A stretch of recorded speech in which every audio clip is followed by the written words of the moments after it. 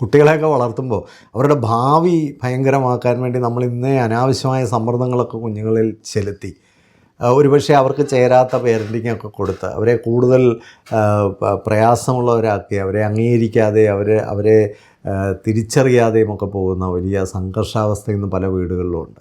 ഞാനൊരു കാര്യം സ്നേഹത്തോടെ ഈ ഒരു വീഡിയോയിൽ പറയാൻ ആഗ്രഹിക്കുന്നത്, അവരുടെ ഇന്ന് സന്തോഷമുള്ളതല്ലെങ്കിൽ, ഇന്ന് ആശ്വാസമുള്ളതല്ലെങ്കിൽ, നമ്മളിനി എന്തെല്ലാം ചെയ്താലും അവർക്ക് നാളെ ഗുണമുള്ളൊരു ജീവിതം കിട്ടാൻ പോകുന്നില്ല. അതുകൊണ്ട് ഇന്ന് നമ്മൾ കുഞ്ഞുങ്ങളെ കൈകാര്യം ചെയ്യുമ്പോൾ സ്നേഹത്തോടും കരുതലോടും കൂടി കൈകാര്യം ചെയ്യുകയും അവരെ സപ്പോർട്ട് ചെയ്യുകയും എൻകറേജ് ചെയ്യുകയും റെക്കഗ്നൈസ് ചെയ്യുകയും അക്സെപ്റ്റ് ചെയ്യുകയും ഒക്കെ ചെയ്താൽ മാത്രമേ നാളെ അവർക്കൊരു ഭാവിയുള്ളൂ. അതിനെക്കുറിച്ചാണ് ഈ വീഡിയോ സംസാരിക്കുന്നത്.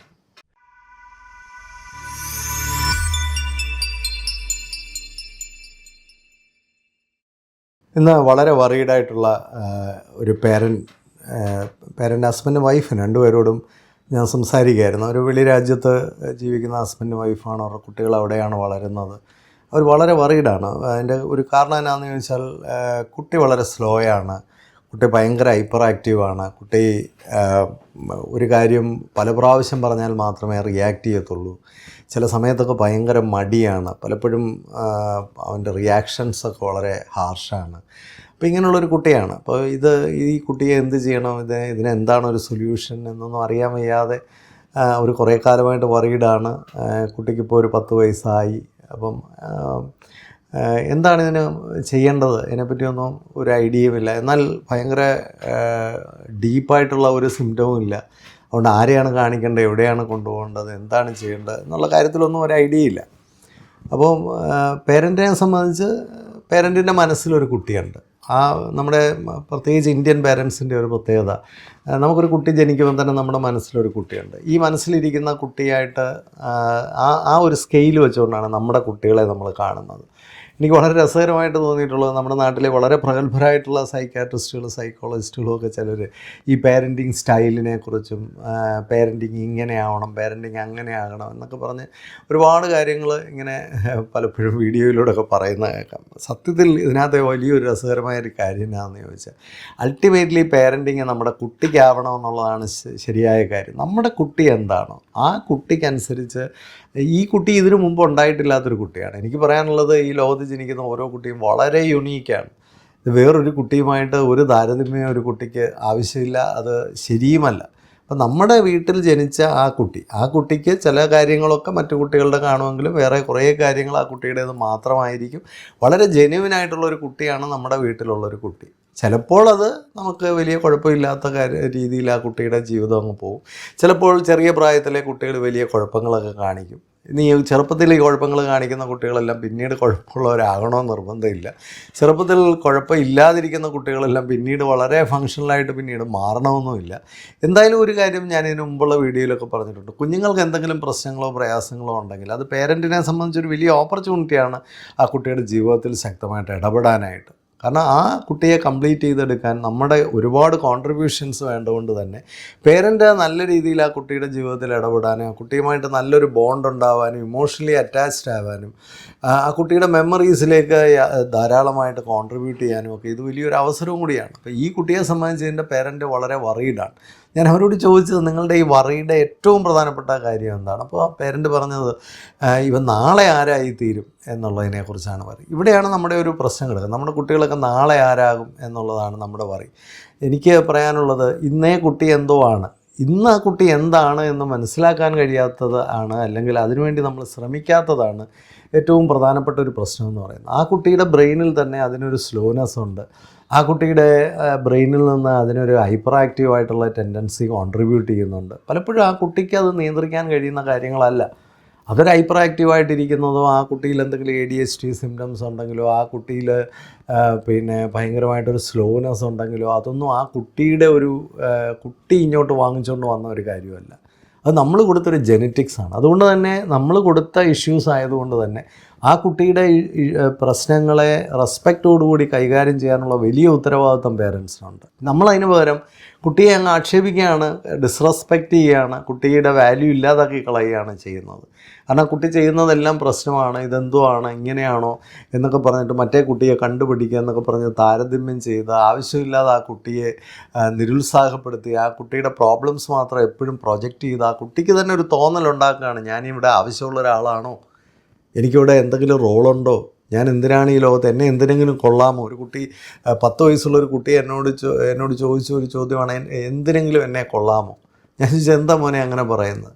അല്ല, അങ്ങനെ ഇതുവരെ ഞാനൊന്നിനും ഒരു കാര്യവും കേട്ടിട്ടില്ല, എൻ്റെ പ്രോബ്ലംസാണ് എല്ലാവരും എന്നോട് പറയുന്നത്. അപ്പം അങ്ങനെ നിരന്തരമായി ഒരു കുട്ടിയുടെ പ്രോബ്ലം മാത്രം പ്രൊജക്റ്റ് ചെയ്താൽ എങ്ങനെയാണ് ഒരു കുട്ടി സന്തോഷമായിട്ട് വളർന്നു വരിക. നമ്മൾ മനസ്സിലാക്കേണ്ട ഒരു കാര്യം, ഒരു കുട്ടിക്ക് എന്തെങ്കിലും പ്രോബ്ലംസ് ഉണ്ടെങ്കിൽ അത് ആ കുട്ടി കൊണ്ടുവന്നതല്ല, നമ്മൾ ആ കുട്ടിക്ക് കൊടുത്തതാണ്. ഒരു പേരൻ്റ് എന്ന നിലയിൽ നമ്മൾ കൊടുത്തതാണ് ആ പ്രോബ്ലം. ഇനി ആ പ്രോബ്ലത്തെ കൺവേർട്ട് ചെയ്യാൻ കഴിയുന്ന, ട്രാൻസ്ഫോം ചെയ്യാൻ കഴിയുന്ന, റിവേഴ്സ് ചെയ്യാൻ കഴിയുന്ന ഒരു കൂട്ടം ആൾക്കാരാരാണെന്ന് ചോദിച്ചാൽ അത് പേരൻസാണ്. എങ്ങനെയാണ് അതിനെ റിവേഴ്സ് ചെയ്യുന്നത്? ആ എൻവയോൺമെൻറ്റെങ്കിലും പോസിറ്റീവായി കൊടുത്തുകൊണ്ട്, ആ കുഞ്ഞിനെ അക്സെപ്റ്റ് ചെയ്തുകൊണ്ട്, അതിനെ അബ്സോർബ് ചെയ്തുകൊണ്ട്, അതിനെ അംഗീകരിച്ചുകൊണ്ട്, ഓക്കേടാ മോനെ, കുഴപ്പമില്ല, നമുക്കിതിൽ നിന്ന് ബെറ്റർ ആകാം, നമുക്ക്, നീയല്ല. അവിടെ ഒരു ടീം വർക്കാണ്. കുട്ടിയുടെ കൂടെ പേരൻറ്റും കൂടി ചേർന്ന് ആ കുട്ടിയെ രക്ഷപ്പെടുത്താൻ, അവനെ സപ്പോർട്ട് ചെയ്ത്, അവനെ റെക്കഗ്നൈസ് ചെയ്ത്, അവനെ അക്സെപ്റ്റ് ചെയ്ത്, അവന് വാല്യൂ കൊടുത്ത്, അവന് ഡിഗ്നിറ്റി കൊടുത്ത്, അവനെ റിക്കവർ ചെയ്ത് കൊണ്ടുവരാനായിട്ട് പേരൻറ്റ് ശ്രമിക്കുമ്പോൾ അവിടെയാണ് പേരൻറ്റിന് ആ ഒരു പേഷ്യൻസ് ഉണ്ടാവണം. കുട്ടിക്ക് കണ്ണ് കാണത്തില്ലായിരുന്നെങ്കിൽ നമുക്ക് ടാഞ്ചിബിളായിട്ട് മനസ്സിലാക്കാം. പക്ഷേ ബ്രെയിനിലെ ഒരു പ്രശ്നം ടാഞ്ചിബിൾ അല്ല, അത് ഇൻടാഞ്ചിബിളാണ്. അത് പേരൻ്റ് ഉയർന്ന് ചിന്തിച്ചാൽ മാത്രമേ പറ്റുള്ളൂ. കുട്ടിക്ക് മടിയാണെന്നും കുട്ടി അലസനാണെന്നും കുട്ടി വലിയ പ്രശ്നക്കാരനാണെന്നും ഒക്കെ പറയുമ്പോൾ നമ്മൾ ആലോചിക്കേണ്ടത് അത് കുട്ടിക്ക് തന്നെ കൺട്രോൾ ചെയ്യാൻ പറ്റുന്ന കാര്യങ്ങളാണോ? നമ്മൾ പല പ്രാവശ്യം വിളിക്കുമ്പോഴാണ് കുട്ടി റെസ്പോണ്ട് ചെയ്യുന്നത്. അതിൻ്റെ ഒരു കാരണം എന്ന് പറയുന്നത് അവൻ്റെ അറ്റൻഷൻ പലപ്പോഴും ഡെഫിസിറ്റ് അറ്റൻഷനുള്ളൊരു കുട്ടിയാണ്, റെസ്പോൺസ് വളരെ വീക്കായിട്ടുള്ളൊരു കുട്ടിയാണ്. ചിലപ്പോൾ നമ്മൾ പറയുന്നത് ശ്രദ്ധിക്കാതിരിക്കുന്നത് പോലും ഒരു അറ്റൻഷൻ സീക്കിംഗ് ബിഹേവിയർ ആകാം. കാരണം നമ്മളെ കൊണ്ട് കൂടുതൽ വിളിപ്പിക്കാൻ തന്നെയായിരിക്കും ആ കുട്ടിയുടെ ശ്രമം. അപ്പോൾ ഇതെല്ലാം നമ്മളും ആ കുട്ടിയും തമ്മിലുള്ള ആക്ഷനും റിയാക്ഷനുമാണ്. അതുകൊണ്ട് ആ കുട്ടിയെ നമ്മൾ രക്ഷപ്പെടുത്തിയെടുക്കണമെങ്കിൽ, അങ്ങനെയുള്ള കുട്ടികളെ രക്ഷപ്പെടുത്തിയെടുക്കണമെങ്കിൽ അത്തരം കുട്ടികളെ നമ്മൾ വളരെയധികം സ്നേഹിക്കുന്നു എന്നും അവൻ്റെ കൂടെ നമ്മളുണ്ടെന്നും ഉറപ്പ് കൊടുക്കുകയാണ് ചെയ്യേണ്ടത്. അവൻ്റെ പോരായ്മകളിലൊക്കെ അവനെ പതുക്കെ എക്യുപ്പ് ചെയ്ത് കൊണ്ടുവരാനായിട്ട് ശ്രമിക്കണം. ആ പേരൻ്റ് തന്നെ പറഞ്ഞത്, സാറേ അവന് നന്നായിട്ട് മ്യൂസിക്കിൽ ഭയങ്കര ടാലൻ്റ് ഉണ്ട്, പക്ഷേ അവന് ഞങ്ങൾ പഠിക്കാനൊക്കെ മോശമായതുകൊണ്ട് ഞങ്ങൾ അതിനൊന്നും അവന് ടൈം കൊടുക്കുന്നില്ല. അങ്ങനെയല്ല, മ്യൂസിക്കിന് അവന് ടാലൻ്റ് ഉണ്ടെങ്കിൽ ആ മ്യൂസിക്കിൻ്റെ ടാലൻ്റ് എൻകറേജ് ചെയ്യാൻ അവനെ സഹായിക്കണം. അവന് മറ്റ് ജോലികളൊക്കെ ചെയ്യാൻ മിടുക്കനാണ് സാറേ, നമ്മുടെ ചുറ്റുപാടുള്ള വീടുകളിലുള്ള എല്ലാവരുമായിട്ടും അവൻ ഭയങ്കര ഹാപ്പിയാണ്. അതൊക്കെ എൻകറേജ് ചെയ്തായിട്ട് എന്ത് നല്ല കാര്യമാണ്.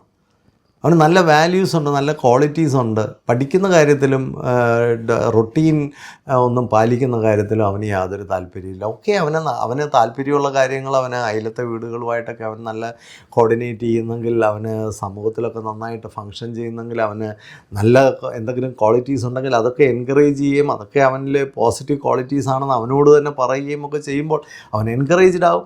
നാളെ അവൻ ആരാകും എന്നുള്ളതിനെക്കുറിച്ച് നിങ്ങൾ പറയേണ്ട കാര്യമില്ല.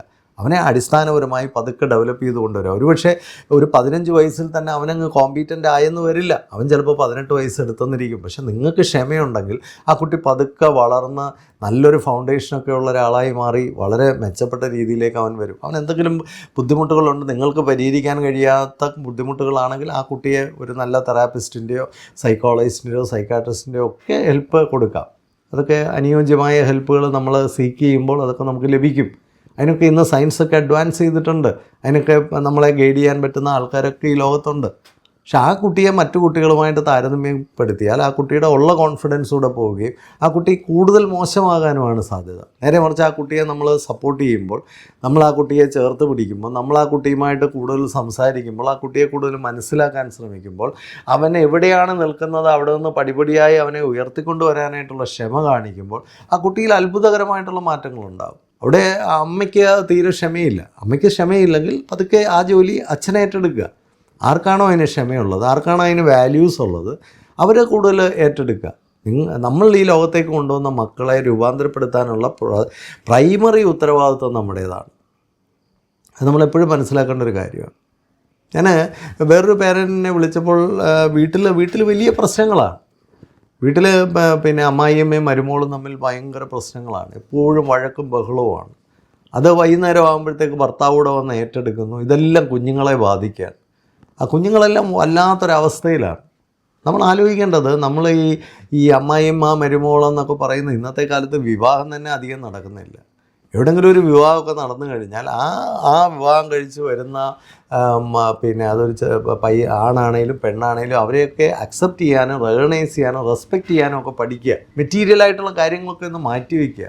നമ്മുടെ കുഞ്ഞുങ്ങളൊക്കെ വളർന്നു വരുമ്പോൾ അവർക്കൊരു പോസിറ്റീവ് എൻവയോൺമെൻറ്റ് കൊടുക്കാൻ കഴിയാത്ത അമ്മായിയപ്പൻ എന്നൊക്കെ പറയുന്നത് വെറും പിശാചുക്കളാണ്, ഒരു സംശയമില്ല.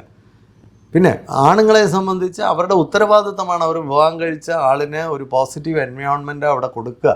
കാരണം നിങ്ങളുടെ ഒരു കുട്ടികളുടെ ലൈഫിൻ്റെ ക്വാളിറ്റി എന്ന് പറയുന്ന അവരുടെ അമ്മയുടെ സമാധാനവും അമ്മയുടെ റിലാക്സേഷനും ഈക്വലൻ്റ് ആയിരിക്കും, ഒരു സംശയമില്ല. ഒരു അമ്മ പോസിറ്റീവായി ഇരുന്നെങ്കിൽ മാത്രമേ കുഞ്ഞുങ്ങൾ പോസിറ്റീവ് ആവുള്ളൂ. അപ്പോൾ അമ്മയുമായിട്ട് എല്ലാവരും പോരിന് പോയിട്ട് ആ അമ്മ വളർത്തുന്ന കുട്ടികൾ മെച്ചപ്പെടണമെന്ന് വെച്ചാൽ ഒരിക്കലും നടക്കാൻ പോകുന്നില്ല.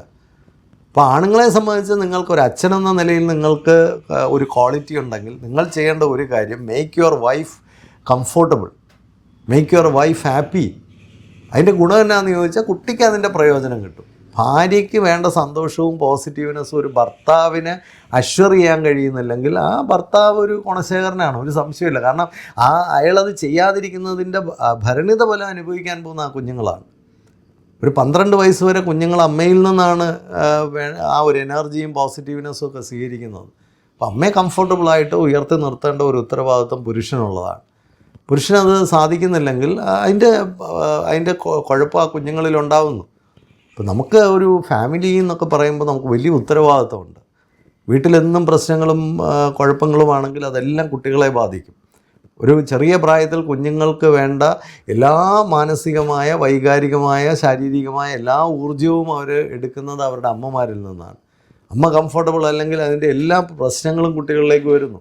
ഇനി ചില അച്ഛന്മാരുണ്ട്, അവർ വീട്ടിൽ വേറെ ആർക്കല്ല, അച്ഛനാണ് പ്രശ്നം. ഇപ്പം ഇന്ന് വിളിച്ച ഒരു പേരൻ്റാണ് പറഞ്ഞത്, സാറേ അപ്പൻ വീട്ടിൽ വന്ന് എപ്പോഴും കുട്ടികളുമായിട്ടും ഞാനുമായിട്ടും പ്രശ്നങ്ങളാണ്, പുള്ളിക്കെല്ലാം പ്രശ്നമാണ്, തൊടുന്നതെല്ലാം ദേഷ്യമാണ്. അത് അയാളുടെ ഇറിറ്റേഷനാണ്. അയാൾക്ക് ജോലിയിൽ സന്തോഷമില്ല, അയാൾക്ക് ജീവിതത്തിലൊരു സന്തോഷമില്ല, അയാളെക്കുറിച്ച് പോലും ഒരു സന്തോഷമില്ല. അയാൾ വീട്ടിൽ വരുന്നു, എല്ലാവരുമായിട്ടും പ്രശ്നങ്ങൾ ഉണ്ടാക്കുകയാണ്. അത് വീട്ടിൽ പ്രശ്നങ്ങൾ ഉള്ളതുകൊണ്ടല്ല, അയാളുടെ ഉള്ളിലെ പ്രശ്നങ്ങൾ അവിടെ അയാൾ കൊണ്ടുവന്ന് ഇറക്കിയിടുകയാണ്. അയാളുടെ ഉള്ളിലെ സ്ട്രെസ്സാണത്. അപ്പോൾ അത് ഓഫീസിൽ നിന്ന് ചിലപ്പോൾ കിട്ടും. ഓഫീസിൽ ചിലപ്പോൾ ഓഫീസർ സ്ട്രെസ്സുള്ള ഒരാളായിരിക്കും, ഇയാൾക്ക് ആ സ്ട്രെസ്സ് കൊടുക്കുന്നു. ഇയാളിത് കൊണ്ടുവന്ന് ഇയാളുടെ ഭാര്യയ്ക്കും മക്കൾക്കും കൊടുക്കുന്നു. ഇത് അവസാനം കൊണ്ടുവന്ന് അവർ ചെല്ലുന്നിടത്തെല്ലാം കൊടുക്കുന്നു. ഇതാരെങ്കിലും ഒരാളൊന്ന് കൺട്രോൾ ചെയ്താലേ ഇതിൻ്റെ ഈ ചെയിനൊന്ന് മുറിക്കാനായിട്ട് പറ്റുള്ളൂ. അപ്പന്മാരൊക്കെ ചിന്തിക്കണം, അപ്പന്മാർ വീടിൻ്റെ പിന്നെ പ്രധാനപ്പെട്ട ആൾ, അദ്ദേഹത്തിന് ഒരു ലീഡർഷിപ്പ് വേണം. എനിക്ക് ഓഫീസിൽ ഇച്ചിരി പ്രോബ്ലംസൊക്കെ ഉണ്ടെങ്കിൽ അത് അവിടെ കൊണ്ട് തീരണം, അതെനിക്ക് കൊണ്ട് വീട്ടിൽ കൊടുക്കരുത്.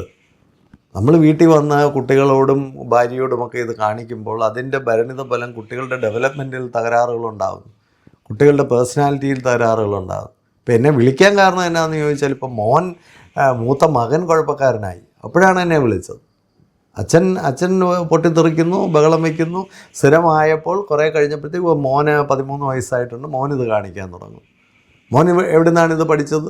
ഇത് അച്ഛനിൽ നിന്ന് പഠിച്ചതാണ്. എന്തെങ്കിലും പ്രശ്നം ഉണ്ടെങ്കിൽ വീട്ടിലങ്ങ് ബഹളം ഉണ്ടാക്കി വെച്ചാൽ മതി. ഇപ്പോൾ ബഹളം ഒരു ടൂളായിട്ട് അവൻ എവിടെ നിന്നാണ് കണ്ടെത്തിയത്, സ്വീകരിച്ചത് അച്ഛനിൽ നിന്നാണ്. അച്ഛനത് ഹീൽ ചെയ്തിരുന്നെങ്കിൽ അത് മകനിലേക്ക് വരില്ല. ഇതെല്ലാം ഇതിനു മുമ്പുള്ള ഒരുപാട് വീഡിയോയിൽ ഞാൻ പറഞ്ഞിട്ടുള്ള കാര്യങ്ങളാണ്. ഇപ്പോൾ നമ്മളെ സംബന്ധിച്ച് നമുക്ക് കുടുംബം എന്ന് പറയുന്നത് കുറേ കൂടി നമ്മൾ വളരെ കൺസേൺഡായിട്ട്, വളരെ പ്രഷ്യസായിട്ട് അതിനെ പരിരക്ഷിക്കണം. ഒരു ഭവനം എന്നൊക്കെ പറയുന്നത് ഒരു വാല്യൂസ് ഉണ്ടായിരിക്കണം, ഒരു ഒബ്ജക്റ്റീവ് ഉണ്ടായിരിക്കണം. അതിനെ കുറച്ചുകൂടെ നമ്മളൊന്ന് ഹൃദയം കൊടുത്ത് പരിരക്ഷിക്കേണ്ടതായിട്ടുണ്ട്. അവിടെ കുറച്ച് സാക്രിഫൈസുകളൊക്കെ ആവശ്യമാണ്. അവിടെ കുറച്ച് നമ്മുടെ ഓരോരുത്തരുടെയും കോൺട്രിബ്യൂഷൻസ് അവിടെ വരണം.